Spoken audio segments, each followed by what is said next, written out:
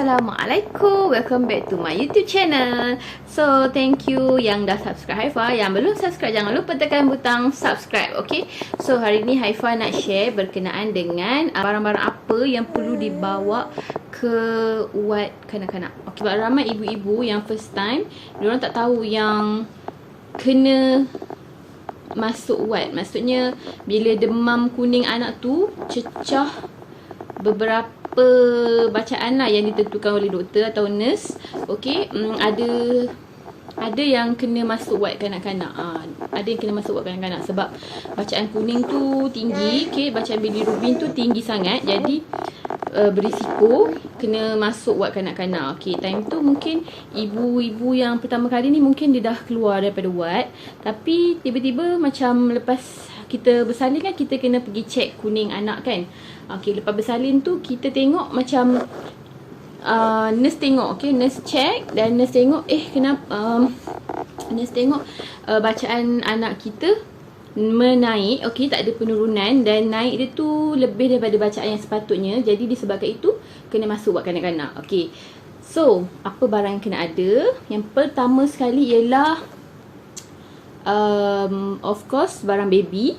Okey, perlu bawa baju untuk balik. Okey, lepas tu untuk discharge. Okey, sebab baby bila dia masuk dalam wad kanak-kanak, diorang tak pakai baju. Okey, diorang hanya pakai pampers. Hanya pakai pampers, duduk bawah lampu biru tu.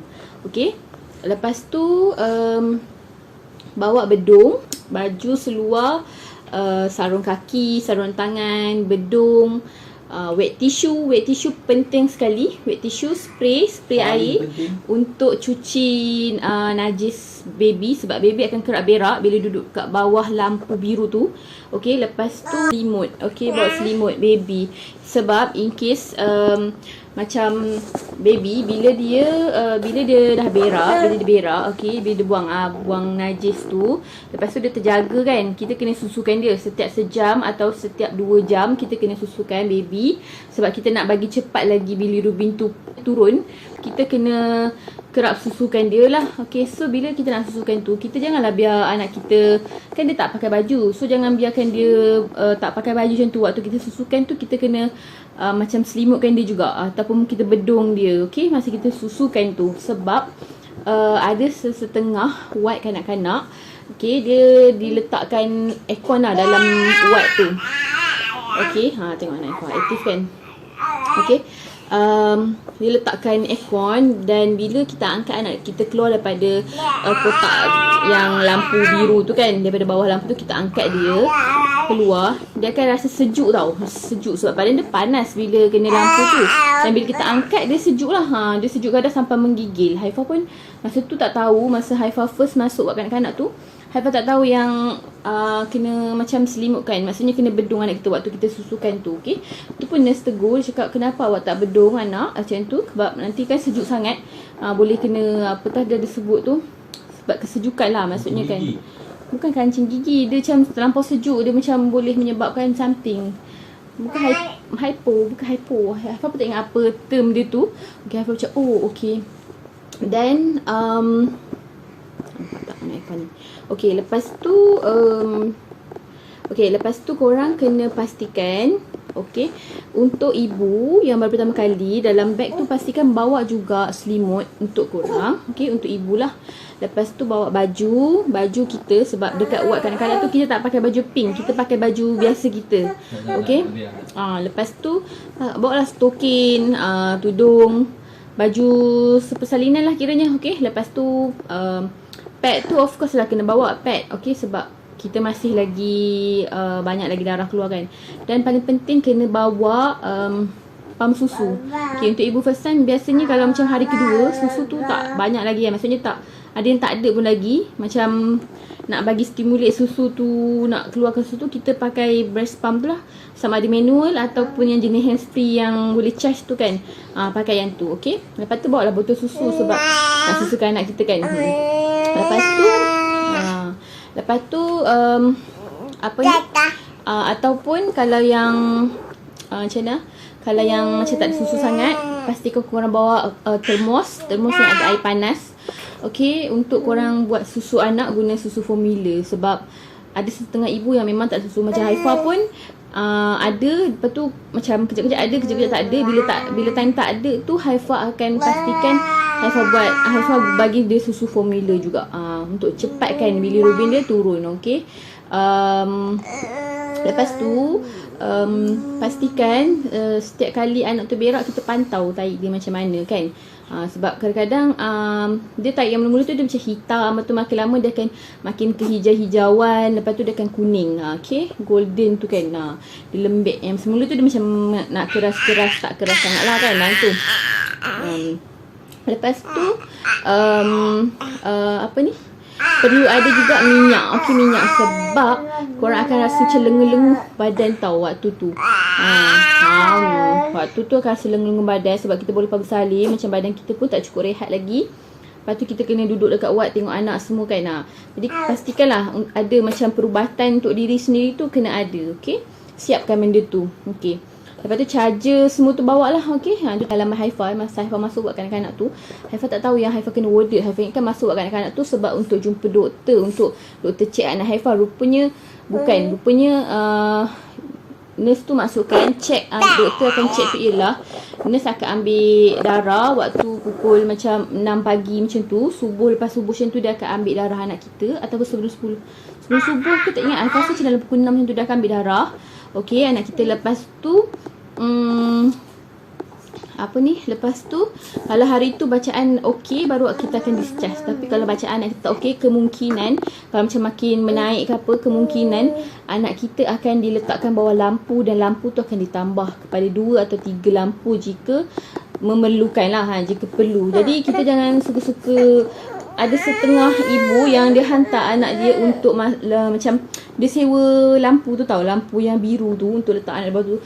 Tak semestinya. Yang tu korang kena pergi jumpa doktor, tanya bacaan kuning anak. Lepas tu biar doktor yang syorkan, maksudnya kena duduk bawah lampu ke tak perlu. Okay, jangan kita yang pandai-pandai sewa lampu biru tu, kita sendiri yang letak anak kita bawah tu. Sebab lampu tu dia agak panas. Dia akan macam, memang anak Haifa pun masa letak sehari bawah lampu tu, dia agak, kulit dia macam agak burn jugalah, macam gelap jugalah. Sebab apa ni, macam terbakar sikit lah duduk bawah lampu tu kan. Okay, so Haifa pun macam tak tahu. Lepas tu bila masuk tu Haifa kena macam tanda tangan borang tau. Borang tu Haifa tak baca betul-betul pun. Tapi sebenarnya korang kena baca borang tu betul-betul sebelum korang tanda tangan masa korang nak masuk dekat wad kanak-kanak tu. Sebab dia ada macam undang-undang dia lah dekat wad kanak-kanak tu kan.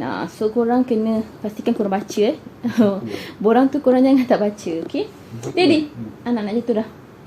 Anak Haifa ni dia agak aktif ya. Dia sangat aktif. Dia budak bijak. Okay, lepas tu Haifa nak bagi tahu korang kena pastikan korang bawa barang-barang yang Haifa cakap tu. Sebab kebanyakan ibu-ibu bila dia dah bersalin, dia ingat macam bila anak tu dah discharge sekali keluar, maksudnya lepas bersalin tu keluar salingan ibu, dan anak tu takkan kena warded. Tak, sebenarnya bergantung kepada bacaan kuning anak tu hari keesokannya. Jadi ni tips Haifa kalau tak nak bagi anak tu macam kuning ni normal sebenarnya untuk baby-baby yang baru lahir. Okay, tips lah nak bagi kuning anak tu tak tinggi, korang kena terus susukan.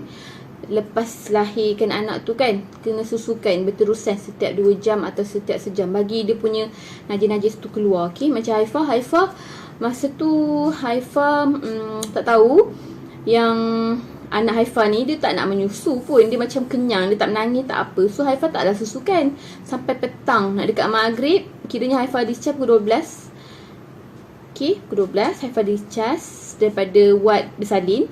Okay, daripada wad bersalin tu lah. Lepas tu balik rumah kiranya pukul 7.30 macam tu baru Haifa susukan baby. Bayangkan lama tak durasi tak susukan baby. Sebab dia diam tau, dia tak menangis tak apa.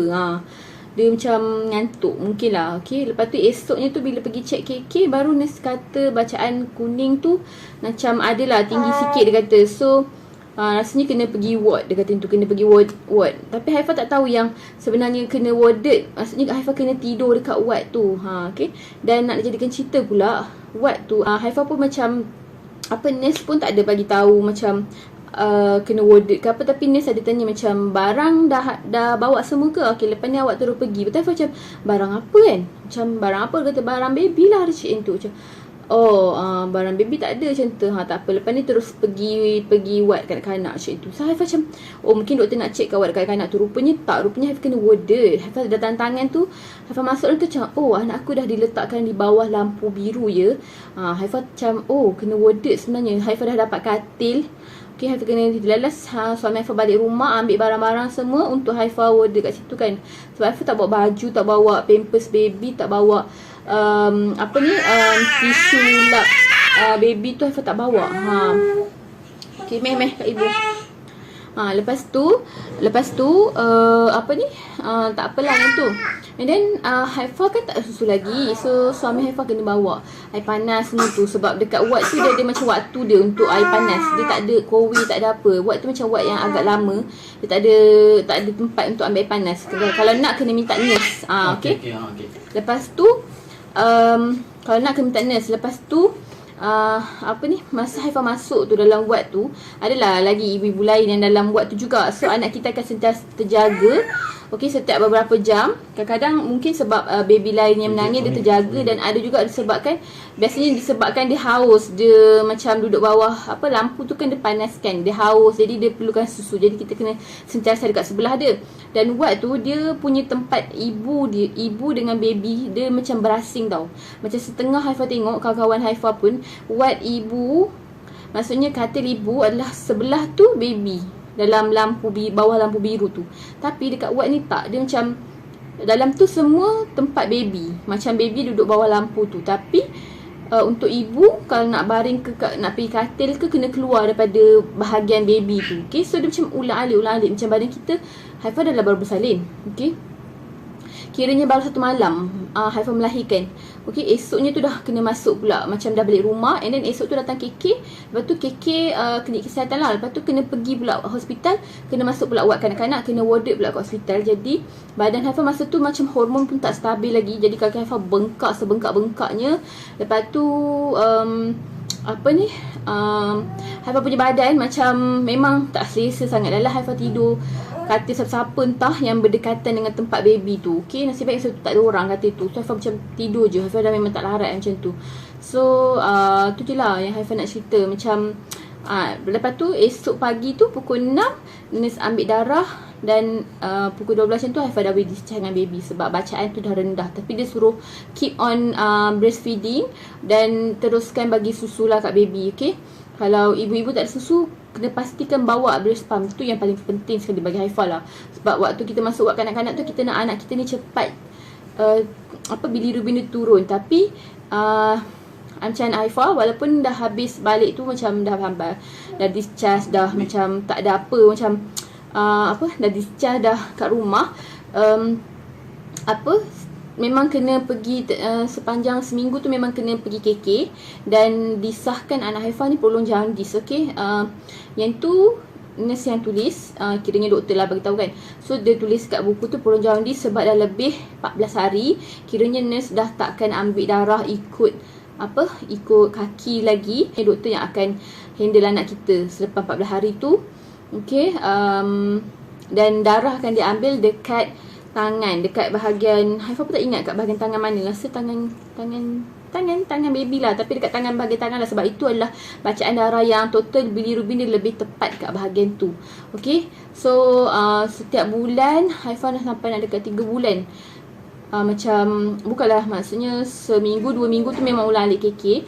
And then lepas tu sebulan Haifah pergi, sebulan lepas tu Haifah pergi check lagi. Lepas tu sebulan lagi pergi check. Setiap sebulan kena pergi check. Kadang setiap 2 minggu, 3 minggu kena pergi check. Sebab bacaan tu dia macam tak turun lagi. Macam tu lah. Dia turun tapi dia turun sikit sangat. Jadi dia kira still sebagai prolong jaundice. Okay, so itu sahaja. Haifah harap video ni bermanfaat buat semua ibu-ibu baru kat luar sana yang anak ada kuning ke apa kan. Korang jangan risau. InsyaAllah kuning tu tetap akan turun. Cuma kita kena keep on bagi susu setiap 1 jam ataupun selang 2 jam. Kalau nak lagi cepat selang sejam lah. Walaupun anak tu tidur je, ngantuk je, korang kena tetap kejut dia. Macam basah-basahkan muka dia, basah-basahkan badan dia, bagi dia terjaga sikit, and then susukan. Okay, macam tu lah yang nurse bagi Tuan Haifah. Sebab dia kata waktu anak kita kuning tu sebenarnya dia macam, dia demam kan, dia macam tak sihat, dia macam lemah lah maksudnya. Jadi dia tidur tu bukan sebab dia tak nak susu, sebenarnya dia perlukan susu, tapi sebab dia kuning dia tinggi, jadi sebab tu dia tidur je. Haifah pun banyak dah cerita pasal kuning ni. Korang boleh pergi tengok dekat buka kat video Haifah yang lain. Haifah ada cerita pasal anak Haifah kuning tu. Okay, kat situ Haifah ada tu bagi tahu juga berapa bacaan setiap hari anak Haifah. Haifah cerita juga kat situ. Okay, so itu saja video Haifah buat kali ni, sebab ada ibu yang bertanya pasal anak kuning hari tu. So itu saja. Haifah harap semoga video Haifah bermanfaat buat semua. Jangan lupa like, komen, subscribe. Okay, sorry Haifah cakap laju sikit. Okay, sebab okay, itu saja. Bye. Haifah cakap laju sebab apa? Sebab anak Haifah dah nampak tu. Nampak? Nampak?